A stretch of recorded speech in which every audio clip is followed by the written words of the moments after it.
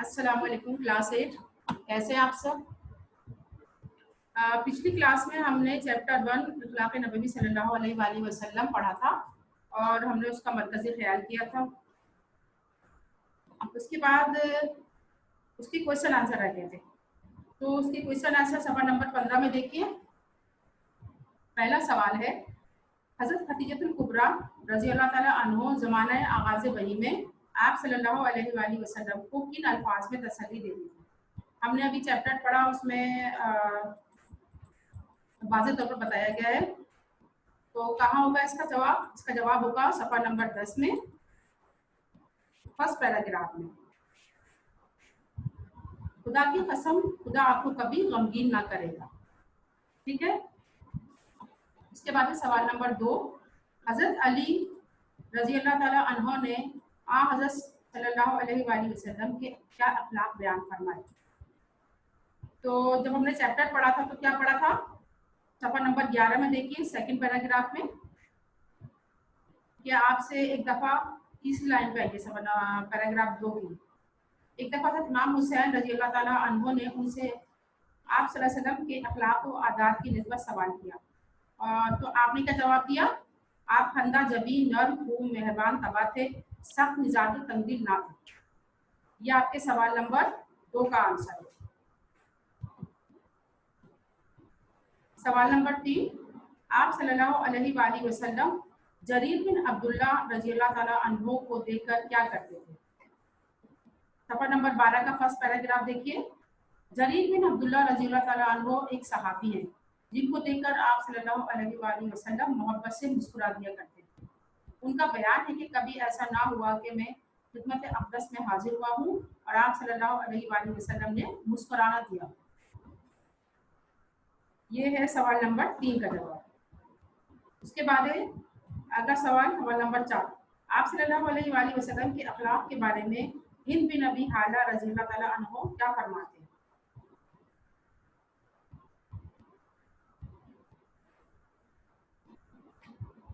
सवाल नंबर 11 में देखिए, लास्ट पैराग्राफ में। हिंद बिन अबी हाला रज़ी अल्लाह ताला अन्हो जो गोया हज़रत सल्लल्लाहु अलैहि वसल्लम के आगोश से परवरदा थे, वो बयान करते हैं कि आप नर्म खून थे, सख्त मिजाज न थे, किसी की तौहीन रवा न रखते थे, छोटी-छोटी बातों में इज़हार तशक्कुर फरमाते थे, खाना जिस किस्म का सामने आता तनावुल फरमाते, उसको बुरा भला ना कहते। इसके बाद है लास्ट सवाल, हज़रत उद्बान बिन मालिक रज़ी अल्लाह ताला अन्हो ने हज़रत सल्लल्लाहु अलैहि वसल्लम से क्या दरख्वास्त की? मैंने आपको बताया था ना कि जो हज़रत उद्बान बिन मालिक थे, उनकी जो बीमारी थी वो कम हो गई थी। तो उन्होंने क्या रसूलुल्लाह दरख्वास्त की थी कि वो उनके घर में आकर नमाज पढ़ लें, तो फिर वो उसी अपने घर में नमाज अदा कर लिया करें। तो इसका जवाब हम कहाँ देखेंगे? सफ़ा नंबर 13 के फर्स्ट पैराग्राफ में। उद्बान बिन मालिक रज़ी अल्लाह ताला अन्हु जो असहाबे बदर में थे, इनकी बिनाई में फ़र्क आ गया था। आदर सल्लल्लाहु अलैहि वसल्लम की खिदमत में आकर दरख्वास्त की कि मैं अपने मोहल्ले की मस्जिद में नमाज पढ़ाता हूँ, लेकिन जब बारिश हो जाती है तो मस्जिद तक जाना मुश्किल हो जाता है। इसलिए अगर आप सल्लल्लाहु अलैहि वसल्लम मेरे घर में तशरीफ लाकर नमाज पढ़ लेते तो मैं इसकी जगह को सिजदा का बना लेता। यहाँ तक इसका आंसर है। उम्मीद करती हूँ सारे सवालात के आंसर आपकी समझ में आ गए होंगे, और अगर कोई प्रॉब्लम पेश आ रही हो तो चैप्टर को दोबारा गौर से पढ़िए, आपको आराम से उसके आंसर मिल जाएंगे। इसके बाद सवाल नंबर 2 जो कि दूसरे जवाब पर निशान लगाइए, ये आपका होमवर्क है, लेकिन ये मैं आपको वीडियो के आखिर में बताऊंगी कि आपको कौन कौन से सवाल करने हैं। तो आज हम शुरू करते हैं नया सबक अपना। नया सबक शुरू करने से पहले स्क्रीन पर ये कुछ जुमले लिखे नजर आ रहे हैं, जुमले लिखे नजर आ रहे हैं, देखिए।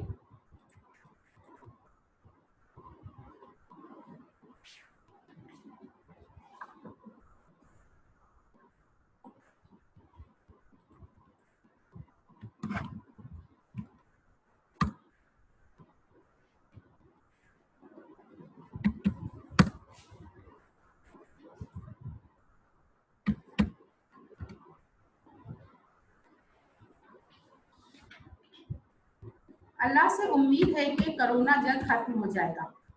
दूसरा जुमला क्या लिखा है?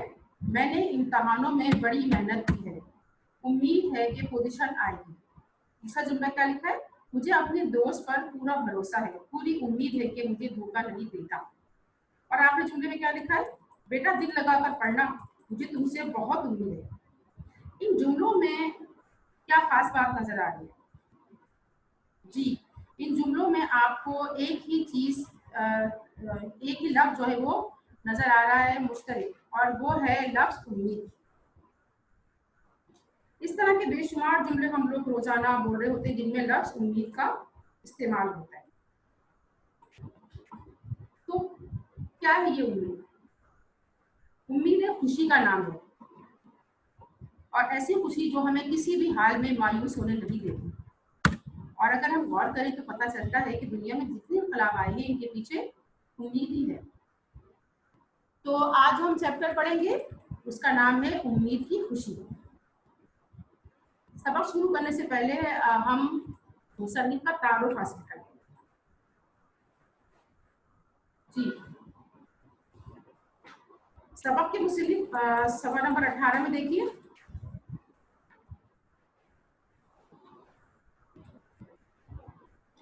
सर सैयद अहमद खान है, पैदाइश इनकी है 1817 और वफात है इनकी 1898। सर सैयद की शख्सियत किसी तारीफ की मोहताज नहीं। आप एक बुलंद पाया मुसन्निफ, बानवीस और आलिम थे, लेकिन सबसे बड़ा कारनामा जो इनका है वो है तालीम के मैदान में, यानी अलीगढ़ तहरीक, जो कि उन्होंने तालीम मुसलमानों बरसगीर के मुसलमानों को अंग्रेजी तालीम दिलाने के सिलसिले में जद्दोजहद की थी, वो अलीगढ़ तहरीक कहलाती है, और जिसकी वजह से उन्होंने Aligarh school, Aligarh university, Aligarh college का क़याम किया। सैयद अहमद खान दिल्ली में पैदा हुए। वालिद का नाम सैयद मोहम्मद मुत्तकी था।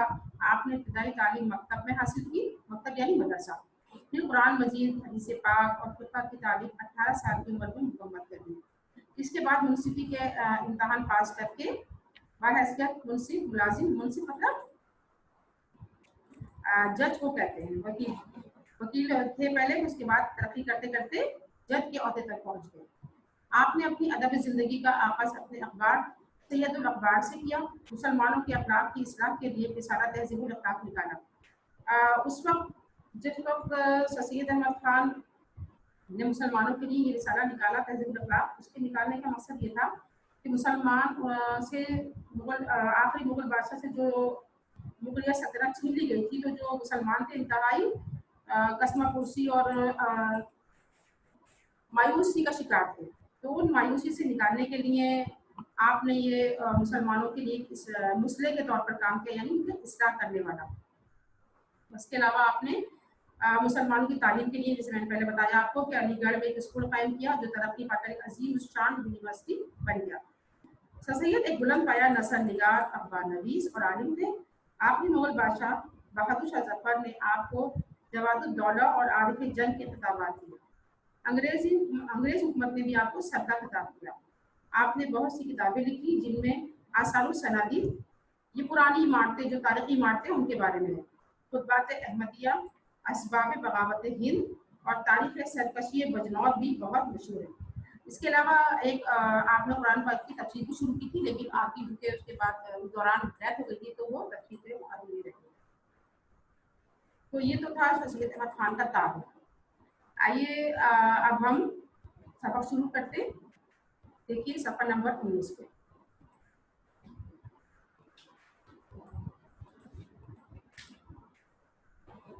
जी,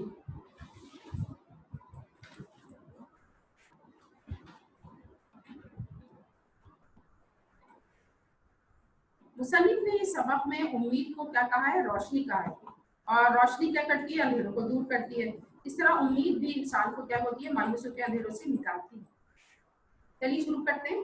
ऐ आसमानों की रोशनी और ऐ नाउम्मीद दिलों की तसल्ली। उम्मीद, तेरे ही शादाब और सरसब बाग से हर एक मोहब्बत का फल मिलता है। तेरे ही पास हर दर्द की दवा है, तुझी से हर एक रंग में आसूदगी है। अकल के दरमियान जंगलों में भटकते भटकते थका हुआ मुसाफिर तेरे ही घने बाग के सरसब दरख्तों के साए को ढूंढता है। वहाँ की ठंडी हवा, कुछ अलहान जानवरों के राग, बहती नहरों की लहरें इसके दिल को राहत देती हैं, इसके मरे हुए ख्यालात को फिर जिंदा करती हैं। तमाम फिक्रें दिल से दूर होती हैं और दूर दराज ज़माने की ख़याली खुशियाँ सब आबूद होती हैं। तो मुसन्निफ़ ने इस पैराग्राफ में सरपारे में उम्मीद को क्या कहा है? रोशनी का है। और यहाँ पर वो एक फरमा रहे हैं कि तेरे ही पास है दर्द की दवाई, यानी इंसान कितना ही मायूस हो, कितने ही बड़ी-बड़ी मुश्किलात का शिकार हो, लेकिन अगर वो उम्मीद का सहारा लेता है, तो उसके अंदर एक रोशनी जागती है कि उसकी जो हालात हैं वो अच्छे हो जाएँगे। यानी इंसान को क्या दिलाती है? एक उम्मीद, रोशनी की किरण नज़र आती है और वो उसे भटकने से रोकती है। तो इस पैराग्राफ में जो ससेर अहमद खान क्या कह रहे हैं, वो एक मुसाफिर की मिसाल दे रहे हैं कि कोई एक मुसाफिर है, वो अपना रास्ता भूल गया है और वो जंगल में भटकता फिर रहा है, लेकिन एक उम्मीद है जो उसको आगे बढ़ने का हौसला देती है और रास्ते का पता देती है और उसको उस मायूसी से निकालती है और इस तरह वो अपनी मंजिल को पा लेता है। इस तरह तमाम फिक्रें जो है वो उससे दूर हो जाती है। यानी उम्मीद हमारे, जब हम इंतहाई कहते हैं डिप्रेशन में होते हैं, तो यही एक ऐसी रोशनी है जो हमें उन ख्यालात, हमारे जो हमें दोबारा जिंदगी की तरफ लौटाती है। सेकंड पैराग्राफ में देखिए, एक नादान बेबस बच्चा गहवारे में सोता है, इसकी मुसीबत सदा माँ अपने धंधे में लगी हुई है और इस गहवारे की डोरी भी हिलाती जाती है। हाथ काम में और दिल बच्चे में है और जबान से इसको यूं लोरी देती है, सो रे मेरे बच्चे सो रे, इसे अपने बाप की मूरत, ऐ अपने बाप की मूरत और मेरे दिल की ठंडक सो रे, ऐ मेरे दिल की कोमल सो रे, बढ़ और फल फूल तुझ पर कभी खिजा न आने पाए, तेरी टहनी में कोई खार कभी न टूटे, कोई कठिन घड़ी तुझको ना आवे, कोई मुसीबत जो तेरे माँ बाप ने भुगती तू ना देखे। सवाल नंबर 20 पे देखिए, सोरे मेरे बच्चे सोरे, मेरी आंखों के नूर और मेरे दिल के सुरूर, मेरे बच्चे सोरे, तेरा मुखड़ा चांद से भी ज्यादा रोशन होगा, तेरी शोहरत, तेरी लियाकत, तेरी मोहब्बत जो तू हमसे करेगा आखिरकार हमारे दिल को तसल्ली देगी, तेरी हंसी हमारे अंधेरे घर का उजाला होगी, तेरी प्यारी प्यारी बातें हमारे गम को दूर करेंगी, तेरी आवाज हमारे लिए खुश आइन रागनियां होंगी। सोरे मेरे बच्चे सोरे, ऐ हमारी उम्मीद के पौधे सोरे, बोलो जब इस दुनिया में हम तुमसे जुदा हो जाएंगे तो तुम क्या करोगे? तुम हमारी बेजान लाश के पास खड़े होगे, तुम पूछोगे और हम कुछ ना बोलेंगे, तुम रोगे, हम कुछ रहम ना करेंगे। ऐ मेरे प्यारे रोने वाले, तुम हमारे ढेर पर आकर हमारी रूह को खुश करोगे, आप हम ना होंगे और तुम हमारी यादगारी में आंसू बहाओगे। अपनी माँ का मोहब्बत भरा चेहरा, अपने बाप की नूरानी सूरत याद करोगे, आप हमको यही रंजे, तो उस वक्त हमारी मोहब्बत याद कर कर तुम रंजीदा होगे। सोरे मेरे बच्चे सोरे, सोरे मेरे बाले सोरे। क्या इसमें, इस पैराग्राफ में मुसन्निफ एक बच्चे की मिसाल दे रहे हैं, छोटे बच्चे की। बेबस बच्चा, जाहिर है छोटा बच्चा जो है वो कोई भी काम अपने हाथ से नहीं कर सकता, वो पूरा डिपेंड करता है अपनी माँ पर। तो क्या मिसाल दे रहे हैं कि एक माँ है जिसका बच्चा गहवारे यानी झूले में सो रहा है और वो इतनी मसरूफ है काम में कि वो अपना काम भी करती जा रही है, लेकिन उसकी उसका जो ध्यान है वो अपने बच्चे की तरफ से फिर भी हटता नहीं है। काम में हाथ लगे हुए हैं, लेकिन दूसरा ध्यान उसका किसका तरफ है? अपने बच्चे की तरफ है। और वो उसकी झूले की डोरी जो है वो हिलाती जाती है और उसको लोरी मोहब्बत प्यार से उसको सुलाने की कोशिश करती है, उसको लोरी देती है, यानी उसके ये प्यार का इजहार है। लोरी क्या है? माँ का प्यार का इजहार होता है। तो वो उसको अपने आने वाले वक्त की, मुस्तकबिल की रोशनी कह रही है, कभी कह रही है कि वो दिल की कोमल है, यानी उसकी दिल की खुशी है। और जब वो, और उसको दुआ क्या दे रही है कि उसकी जिंदगी में कभी कोई मुश्किल पेश ना आए, बल्कि हमेशा खुशियां ही खुशियां हो। और उसके बाद सफा नंबर 20 में देखिए मुसन्निफ क्या कह रहे हैं कि माँ मोहब्बत से क्या कह रही है, मेरी आंखों की ठंडक, मेरे दिल के सुकून, यानी मेरे दिल की खुशी और मेरी आंखों की ठंडक मेरा बच्चा है। फिर वो आगे आने वाले वक्त यानी मुस्तकबिल में जब उसका बच्चा बड़ा होगा, तो वो उस वक्त का की के बारे में बात कर रही है कि जब वो बड़ा होगा और माँ बाप बूढ़े हो जाएंगे, तो उनकी जाने का वक्त आ जाएगा। तो माँ क्या कह रही है कि उसकी प्यारी, अपने बच्चे की प्यारी प्यारी बातें जो हैं माँ बाप के गम को, हमेशा मुश्किल को दूर करती है। तेरी आवाज हमारे लिए कुछ आइन रागनियां होंगी, यानी बच्चे की जो आवाज है, जो उसकी खुशियां हैं, उनसे ही माँ बाप की जिंदगी होती है। तो वो क्या कह रही है कि तुझी से हमारी सारी उम्मीद है वाबस्ता है, और जब हम तुझसे जुदा हो जाएंगे, यानी उनकी मौत आ जाएगी, तो जब माँ बाप की वफात होती है तो बच्चे जो हैं जाहिर है रोते हैं। तो वो क्या कह रही है कि जब हम मर जाएंगे तो तुम रोगे लेकिन हम जवाब नहीं दे सकेंगे। ऐ मेरे प्यारे रोने वाले, तुम ढेर पर आकर, ढेर का मतलब मेरी कब्र पर आकर हम आकर हमारे मुंह को खुश करोगे। यानी जब माँ बाप चले जाते हैं दुनिया से तो फिर क्या होता है कि औलाद जो है वो कब्र में जाकर मगफिरत की दुआएं करती है माँ बाप के लिए। तो वो यही मुसन्निफ कह रहा है कि जब हम मर जाएंगे तो वो हमारी कब्र पर आकर दुआएं करोगे और अब हम ना होंगे, तुम हमारी यादगारी में आंसू बहोगे, हमें याद करोगे, अपनी माँ का मोहब्बत भरा चेहरा, अपने बाप की नूरानी सूरत याद करोगे। आप हमको यही रंजेंगे, उस वक्त हमारी मोहब्बत याद कर तुम रंजीदा होगी। यानी अब भी मरने के बाद भी वो क्या कह रही है कि जब हम मर जाएंगे तो हमें याद करोगे, तब भी माँ को ये सोचकर भी क्या हो रहा है, गम का इजहार हो रहा है। लास्ट पैराग्राफ देखिए 20 सफर नंबर 20 में, ये उम्मीद की खुशियां माँ को उस वक्त थी जबकि बच्चा होगा भी नहीं कर सकता, मगर जब वो जरा और बड़ा हुआ और मासूम हंसी से अपनी माँ के दिल को शार करने लगा और अम्मा अम्मा कहना सीखा, इसकी प्यारी आवाज बुरे लफ्जों में इसकी माँ के कान में पहुंचने लगी। आंसू से अपनी माँ की कांति से मोहब्बत को भड़काने की काबिल हुआ। फिर मकतब से इसको सरोकार था।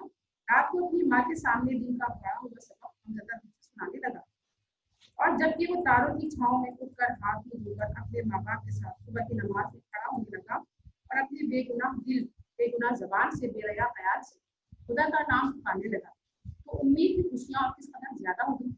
इसके माँ बाप इस मासूम सीने से सच्ची हमदर्दी देखकर कितने खुश होते हैं। हमारी प्यारी उम्मीद की है जो महल से लहर तक हमारे साथ रहती है। यहाँ पे मुसन्निफ क्या कह रहे हैं कि महल से यानी जब बच्चा पैदा होता है उस वक्त से जो उम्मीद शुरू होती है कब्र तक, वो उम्मीद उसके साथ रहती है, यानी उसका पीछा नहीं छोड़ती, क्योंकि उम्मीद खुशियों का पैगाम लाती है। इसलिए मुसन्निफ क्या कह रहे हैं कि जब बच्चा थोड़ा बड़ा होता है और बोलना सीखता है, चलने लगता है, तो उसकी हंसी और उसकी आवाजें, उसकी बातें जो है माँ के दिल क्या करती है, बेइंतहा खुश कर देती है। फिर वो माँ कहना सीखता है तो माँ का दिल को बेइंतहा खुशी होती है। वो टूटे फूटे लफ्जों में अपनी मोहब्बत का इजहार करता है तो माँ की खुशी से आंसू आ जाते हैं। और फिर उसके बाद उसकी पढ़ाई का जमाना आता है, फिर उसको मकतब यानी मदरसे में दाखिल करवाया जाता है। फिर वो मकतब में जाता है और घर आकर रात को अपना सबक याद करता है। उस वक्त भी माँ उसको देखकर मोहब्बत से मुस्कुराती है और उसके बाद उसको खिलाती है, पिलाती है। यानी मुसन्निफ ये जिक्र कर रहे हैं कि माँ किसी भी वक्त जो है अपने बच्चे से गाफिल नहीं होती और उसकी उम्मीद की खुशियां उस बच्चे से ही वाबस्ता है। इस सबक के लास्ट पैराग्राफ में देखिए सफर नंबर 19, देख वो बेगुनाह कैदी अंधेरे कुएं में 7 पानों में बंद है, इसका सूरज का सा चमकने वाला चेहरा जर्द है, प्यारो दियार गैर कौम गैर मजहब के लोगों के हाथ में कैद है, बुढ़े बाप का गम इसकी रूह को सदमा पहुंचाता है, खैर खाने की मुसीबत इसकी तन्हाई, इसका गहरा अंधेरा और इस पर अपनी बेगुनाही का ख्याल इसको नहायत रंजीदा रखता है। उस वक्त कोई इसका साथी नहीं, मगर ऐ हमेशा जिंदा रहने वाली उम्मीद, खुशी में इसकी खुशी है। इस लास्ट पैराग्राफ में एक वाक़े का तरफ इशारा है। सभी ने हजरत यूसुफ अलैहिस्सलाम के वाक़े की तरफ इशारा किया है कि हजरत यूसुफ अलैहिस्सलाम को उनके भाइयों ने क्या किया था, दौरान सफर जब उनको अपने साथ ले गए थे तो उनको कुएं में डाल दिया था। तो और उसके बाद जब वो कुएं से बाहर आए आगे जाके तो फिर मिस्र के बाजार में उनको बेचा गया और उसके बाद गैर मजहब गैर कौम के लोगों के हाथों में दोबारा वो बादशाह ने उसको कैद करवा दिया था। तो जो उनके बाप थे हजरत याकूब अलैहिस्सलाम, वो रोते रोते उनके गम में नाबीना हो गए थे। तो लिखा है ना, बुढ़े बाप का गम इसकी रूह को सदमा पहुंचाता है। वो अपने बाप को के गम को याद करके बेइंतहा क्या होता है, गमज़दा हो जाता है। अब यहाँ इसकी तन्हाई, इसका गहरा अंधेरा, इसका बेगुनाही का ख्याल, यानी हजरत यूसुफ अलैहिस्सलाम क्या थे, बेगुनाह थे, लेकिन फिर भी उनको जिंदा में डाल दिया गया था। तो हजरत यूसुफ अलैहिस्सलाम को एक उम्मीद की रोशनी और किरण थी जो उनको जिंदा रखे हुए थी और उसी पर तो खुशी थी और आगे जाकर उसी उम्मीद ने उनको उन तमाम हालात से निकाला। ये था आपका सबक उम्मीद की खुशी। और आज के लिए इतना ही। अब आप जरा अपना होमवर्क देख लें। आपका होमवर्क है सफा नंबर 15 में सवाल नंबर 2, दुरुस्त जवाब पर राइट का निशान लगाइए, यानी ऑप्शन है आपके पास 4, आपको जो दुरुस्त जवाब है उस पर टिक का राइट का निशान लगाना है और ये आप चैप्टर वर्ड से पढ़ेंगे तो आपको आंसर आराम से मिल जाएंगे। और सवाल नंबर 2 आपका होमवर्क है, सवाल नंबर 3 आपका होमवर्क है और सवाल नंबर 5 बहुत आसान है, आप चैप्टर पढ़ेंगे आपको बहुत आराम से मिल जाएगा। सवाल नंबर 5 में क्या लिखा है, दुरुस्त बयान पर राइटर यानी रॉन्ग एंड राइट कॉलम बनेंगे। एक और बात वो ये कि आपको सवाल नंबर 2, 3 और 5 बुक में ही करना है, ये कॉपी में करने की जरूरत नहीं है। ये सवाल नंबर 2, 3 और 5 जो है वो आप बुक में ही करेंगे और सवाल नंबर 4 नहीं करेंगे। उम्मीद करती हूँ आपको होमवर्क समझ में आ गया होगा।